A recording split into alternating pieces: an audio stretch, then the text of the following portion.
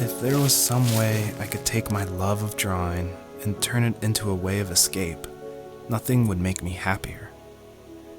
I wanted to create instead of tearing trees down.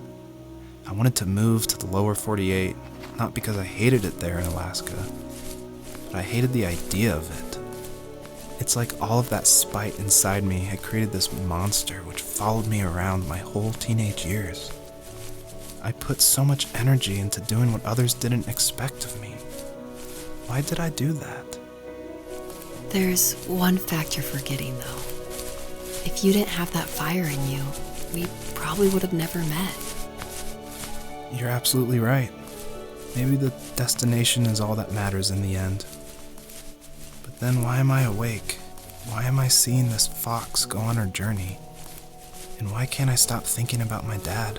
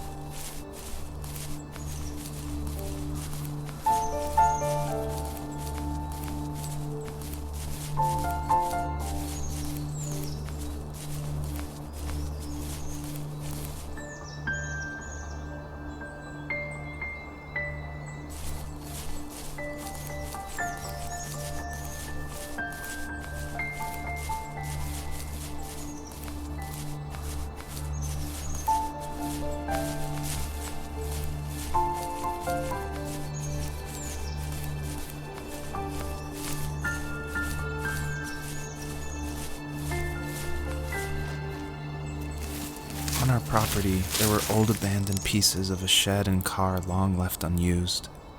I used to ask him all the time who those people were that left all this junk, and I'm sure he got so tired of hearing it that he made up some elaborate stories how a brown bear ate them and haunted the woods afterwards.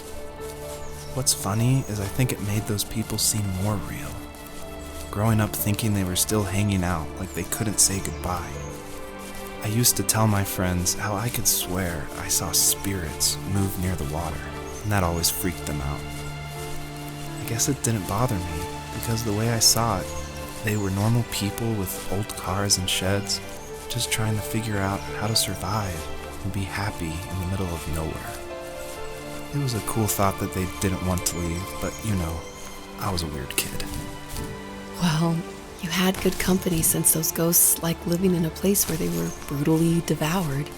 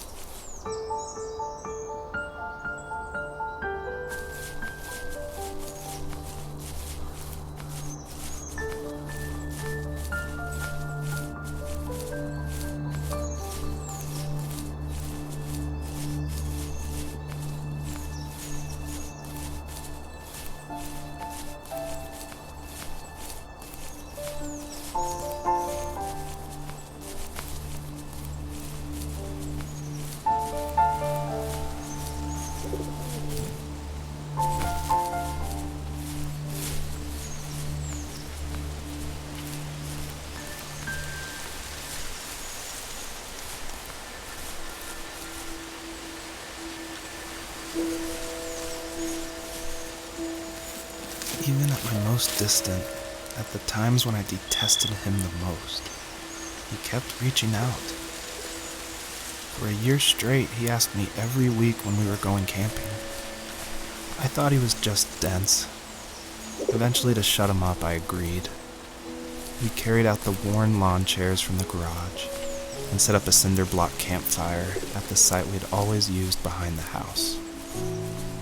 We walked down the mountain path, talking in the warm sunshine we only got a couple months of the year.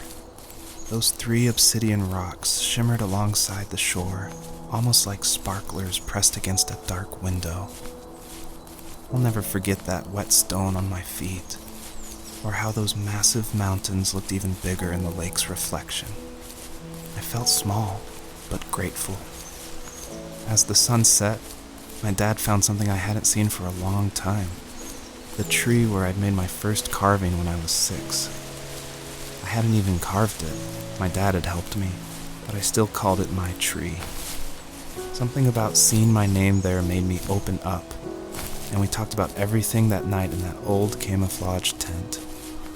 I told him how much I loved sketching and design, and how it would be a dream to study architecture in Seattle. I told him how I didn't get along with my friends much anymore, but that I didn't mind being alone. He told me he was there for me, and he joked that if all he had to do was write my name on a tree to finally get me to talk, he would have left me carved logs with novels on them in front of my room every morning. I don't know why it took me that long to realize it, but it was then I knew how much he had sacrificed for me.